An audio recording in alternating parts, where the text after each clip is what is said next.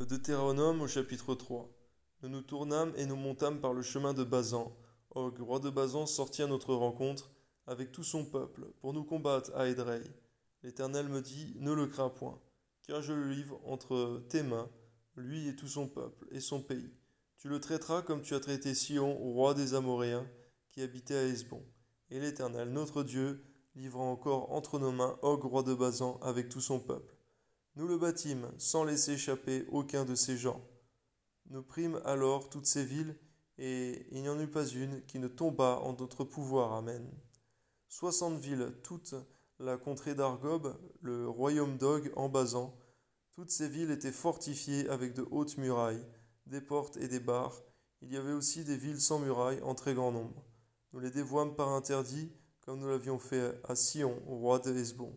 Nous dévouâmes toutes les villes par interdit, hommes, femmes et petits-enfants. Mais nous pillâmes pour nous tout le bétail et le butin des villes. C'est ainsi que dans ce temps-là, nous conquîmes sur les 2 rois des Amoréens, le pays de l'autre côté du Jourdain, depuis le torrent de l'Arnon jusqu'à la montagne de l'Hermon. Les Sidoniens donnent à l'Hermon le nom de Sirion, et les Amoréens celui de Sénir. Toutes les villes de la plaine, tout Galade et tout Basan, jusqu'à Salca et Édrei, ville du royaume d'Og en Basan. Og, roi de Basan, était resté seul de la race des Réphaïm.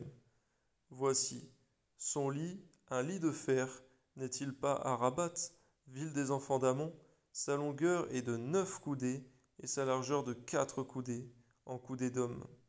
Nous prîmes alors possession de ce pays. Je donnai aux Rubénites et aux Gadites le territoire à partir d'Aroër, sur le torrent de l'Arnon, et la moitié de la montagne de Galade avec ses villes. Je donnai à la moitié de la tribu de Manassé, le reste de Galade et tout le royaume d'Og en Basan, toute la contrée d'Argob avec tout Basan. C'est ce qu'on appelait le pays des Réphaïm.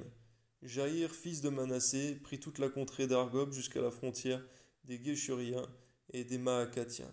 Et il donna son nom au bourg de Basan, appelé encore aujourd'hui bourg de Jaïr. Je donnai Galade à Makir, aux Rubénites, aux Gadites, je donnai une partie de Galade jusqu'au torrent de l'Arnon, dont le milieu sert de limite, et jusqu'au torrent de Jabbok, frontière des enfants d'Amon. Je leur donnai encore la plaine limitée par le Jourdain, depuis Kinneret jusqu'à la mer de la plaine, la mer salée, au pied du Pisga vers l'Orient. En ce temps-là, je vous donnai cet ordre. L'Éternel votre Dieu vous livre ce pays pour que vous le possédiez. Vous tous, soldats, vous marcherez en armes devant les enfants d'Israël. Vos femmes seulement, vos petits-enfants et vos troupeaux, je sais que vous avez de nombreux troupeaux, resteront dans les villes que je vous ai données, jusqu'à ce que l'Éternel ait accordé du repos à vos frères comme à vous, et qu'ils possèdent eux aussi le pays que l'Éternel votre Dieu leur donne à côté du Jourdain, de l'autre côté du Jourdain. Et vous retournerez chacun dans l'héritage que je vous ai donné. En ce temps-là, je donnai des ordres à Josué, je dis, tes yeux ont vu tout ce que l'Éternel votre Dieu a fait à ces 2 rois. Ainsi fera l'Éternel à tous les royaumes contre lesquels tu vas marcher.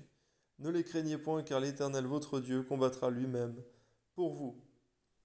Oh Seigneur, on voit combien cela donnait envie à Moïse, Seigneur, de participer à la conquête de Canaan, Seigneur mon Dieu.